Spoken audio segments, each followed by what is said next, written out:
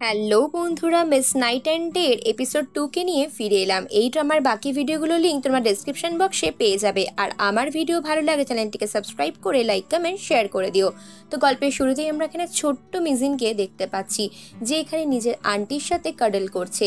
হঠাৎই ও স্বপ্নের মধ্যে বিড়ালটাকে দেখতে পায়, আরও ভয় পেয়ে ঘুম থেকে উঠে পড়ে। এরপর বাইরে বেরিয়ে যখন ও কিছু খোঁজার চেষ্টা করে, তখন ওই বিড়ালটা ওখান থেকেই উধাও হয়ে যায়। এরপরও পিছু নেয়, ভাবে যে বিড়ালটা তো এখানেই ছিল, কোথায় গেল। তার পরের সিনে আমরা পুলিশ স্টেশনে দেখতে পাই ওর মা আর বাবাকে। এখানে ওর মা ওর আন্টিকে অনেক খোঁজার চেষ্টা করে।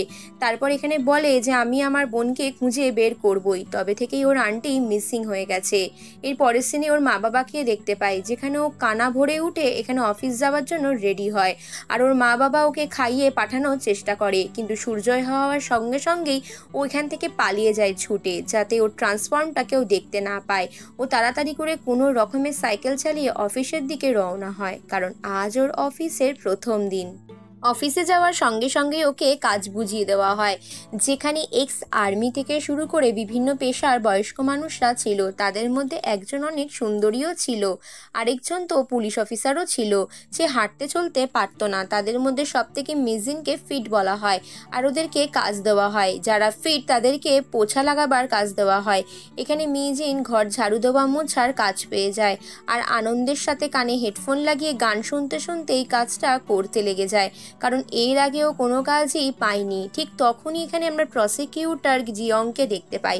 জিয়ং এখানে দেখতে পেয়ে ওকে দেখে যে ও পড়ে যাচ্ছে, আর বয়স্ক মহিলা হওয়ার কারণে ও তাল সামলাতে না পেরে ওর হাত থেকে গাছের টবটা পড়েও যায়। এরপর জিয়ং ওকে এখানে পরিষ্কার করতে এটা হেল্প করে। মিজিন ক্ষমা চায়। মিজিন এটাও জানতে চায় যে উনি এখানে কেন, কিন্তু এখানে জিয়ং জানায় যে এটাই নাকি ওর অফিস। এটা শুনে মিজিন একটু হাঁ হয়ে যায়। এদিকে মিজিন হাতের মধ্যে চোঁচ ঢুকে যাওয়াতে এটাই বের করতে করতে ভাবে। তখনই আরেকজন মহিলা, যে ওর সাথে সেম ওয়ার্কার ছিল, সে এসে বলে তোমার বিহেভিয়ার একদমই বয়স্ক মানুষদের মতন নয়, ভারী অদ্ভুত। তার পরের সিনে আমরা এখানে জিয়ংকে দেখতে পাই। জিয়ংকে বলে যে ওভারটাইম করে করে মাথাটা একেবারে গেছে, তুমি ছুটি নাও, তোমার কিছুদিন ছুটির দরকার রয়েছে। এটা বলার পর এখানে জিয়ং উত্তর দেয় যে আমি আমার কাজের ব্যাপারে অনেক বেশি পার্টিকুলার, আমি আমার নিজের কাজটা তাড়াতাড়ি করতে চাই, কারণ নতুনই ও একটা অফিসে এখানে ট্রান্সফার হয়েছে। কিন্তু ওর ওপর মহলের বস ও চলে যাওয়ার জন্য অনেকই খুশি থাকে। তারপরে সিনে আমরা এখানে মিজিনের বাবা আর ওর বাবার বন্ধুকে দেখি, যেখানে ওর বাবার বন্ধুই হচ্ছে ওর বাড়িওয়ালা। বাড়িওয়ালা বলে তুই তো অনেক দিন বাড়ি ভাড়া দিসনি। তখন বলে যে হ্যাঁ আমি ঠিক দিয়ে দেবো। ঠিক তখনই প্রসিকিউটর জিয়ং ওদের সাথে দেখা করতে আসে। জিয়ংকে বলে তুমি কি বাড়ি ভাড়া নিতে চাও। জিয়ং বলে হ্যাঁ, একটা বাড়ি ভাড়া তো নিতে চাই। তখন এই বাড়িওয়ালা লোকটি বলে যে আমার একটা বাড়ি আছে, তবে সেটা একটু ভুতুড়ে টাইপের। এরপর একটা ফ্ল্যাটকে ওকে দেখানো হয়। জিয়ংয়ের দেখে বেশ পছন্দ হয়। জিয়ংকে বলে এই ফ্ল্যাটটা তুমি নিতে পারো, কম সময়ের মধ্যেই করে দেবো। একজন থাকতো মাথায় ডিফেক্টওয়ালা মহিলা, সে এখানে মারা যাওয়ার পর, এখানে সুইসাইড করার পর থেকে আর এখানে কেউ থাকে না। তার পরের সিনে আমরা এখানে মিজিনের বেস্ট ফ্রেন্ডকে গাইয়াংকে দেখতে পাই। গাইং এখানে ইউটিউবার ছিল, এখানে লাইভ স্ট্রিম করতো, ভিডিও নিয়ে মেকআপ করতো।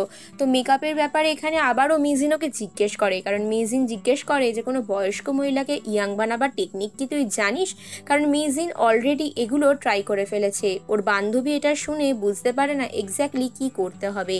এরপর একটা বিড়ালের হারিয়ে যাওয়ার পোস্টার ওর বন্ধুকে অ্যাড দিতে বলে। ওর বেস্ট ফ্রেন্ড গাইয়ং এটাই অ্যাড করতে থাকে যে বিড়ালটাকে খুঁজে বের করতে হবে। তার পরের সিনে আমরা একটা কার্ড দেখতে পাই, যেখানে দেখি একজনকেও খুন হয়ে গেছে, আর জিয়ং এটা স্বপ্নের মধ্যে দেখে ভয়ে আঁতকে উঠে পড়ে।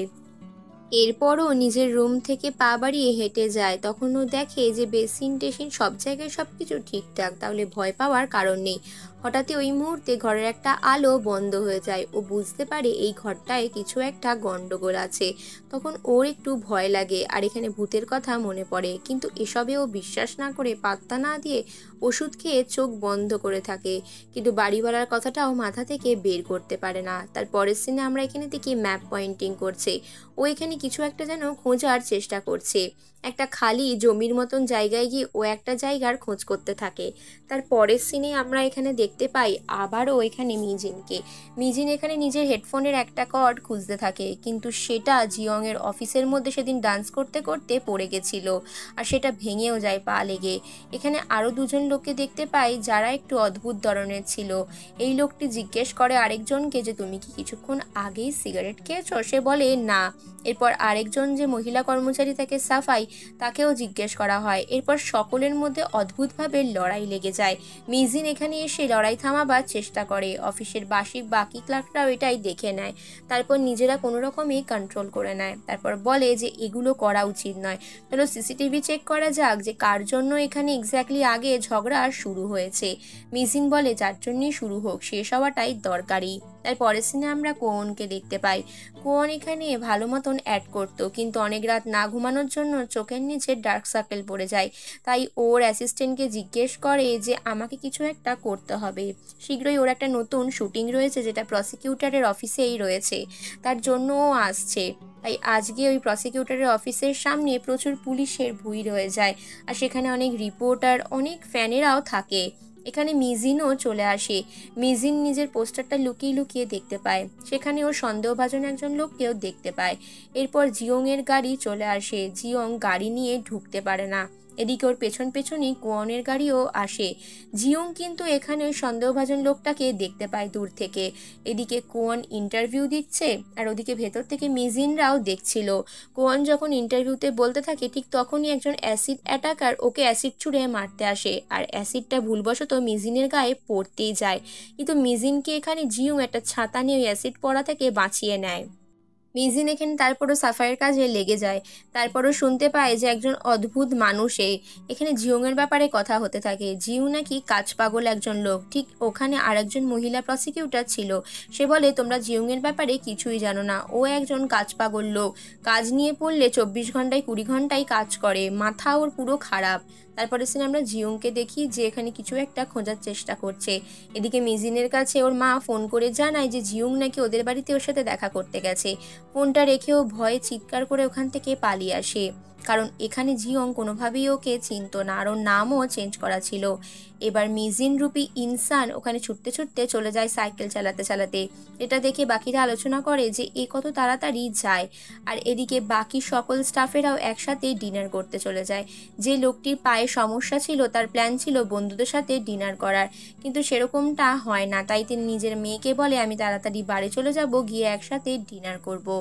এদিকে এখানে মিজিনের মা ওর জন্য ওয়েট করছে, আর জিয়ংকে দেখে অদ্ভুতভাবে ছুরি ঘষে বলছে তুমি কি করো, তুমি আমার মেয়েকে কি করে চিনলে? জিয়ং যখন জানায় যে ও একজন প্রসিকিউটর মানে সিভিল সার্ভেন্ট, তখন এটা শুনে মিজিনের মা ইমপ্রেস হয়ে যায় আর ওকে খাতিরদারি করতে শুরু করে দেয়। এটা দেখে জিয়ং একটু অবাক হয়ে যায়। এদিকে মিজিন খুব তাড়াতাড়ি করে সাইকেল চালায়, কারণ বিকেল হয়ে ঘনিয়ে সন্ধে হলেই ও আবারও একজন ইয়াং লেডিতে পরিণত হবে। তাই কোনো রকমের নিজের বাড়ির কাছে এসে ও এখানে সাইকেলটা রেখে জামা কাপড় খুলে নিজেকে রেডি করার চেষ্টা করে। আর সন্ধে হয়ে গেলেই নিজের জামা কাপড় পোশাক আশাক বদলিয়ে ও এখানে মায়ের শপে চলে আসে, যেখানে আগে থেকেই জিয়ং ছিল। জিয়ং এরপর সাথে কথা বলতে বলতে জানতে পারে যে সেদিন গাড়িতে নাকি ও একটা দরকারি কাগজ ফেলে এসেছিল। সেটা কি মিজিন পেয়েছে? মিজিন বলে আমার মনে পড়ছে না। তখন মিজিনকে জিজ্ঞাসা করে, তখন জানা যায় যে ওর রিজিউম আর ওর দরকারি কাগজটা অদল বদল হয়ে গেছে। দূর থেকে এখানে মিজিনের বাবা আর ওই বাড়িওয়ালা দুজনেই দেখতে পায়, কিন্তু ওরা দুজনেই চায় যে এখানে 28-29 বছরের একটা মেয়ের যেন জীবনে এবার একটা বয়ফ্রেন্ড আসুক। তাই জন্য ওরা কেউই ডিস্টার্ব করে না। এখানে মিজিনের সাথে আরও কথা বলে। মিজিনের মনে পড়ে সেদিন বাসের মধ্যে ও অ্যাকচুয়ালি জিয়ংকেই ইনসাল্ট করেছিল, ইভেন ও জিয়ংয়ের ফোন ব্লকও করে দেয়। তো জিয়ং বলে যে আমার ওই কাগজটা ফেরত চাই। তখন মিজিন জানায় আমি বাড়িতে গিয়ে খুঁজে দেখবো। ওকে বাইরে দাঁড় করিয়েও বাড়ির ভেতর কাগজটা অনেক খোঁজে, কিন্তু খুঁজে পায় না, কারণ সেদিন রাত্রিরে ও রাগের বসে অনেক কাগজপত্র ফেলে দিয়েছিল আর পুড়িয়েও দিয়েছিল। এই কথাটাও জিয়ংকে সে জানায়, কিন্তু জিয়ং বলে ওই কাগজটা কি করে এটা করতে পারলে, আমি তোমার সরি অ্যাকসেপ্ট করতে পারছি না।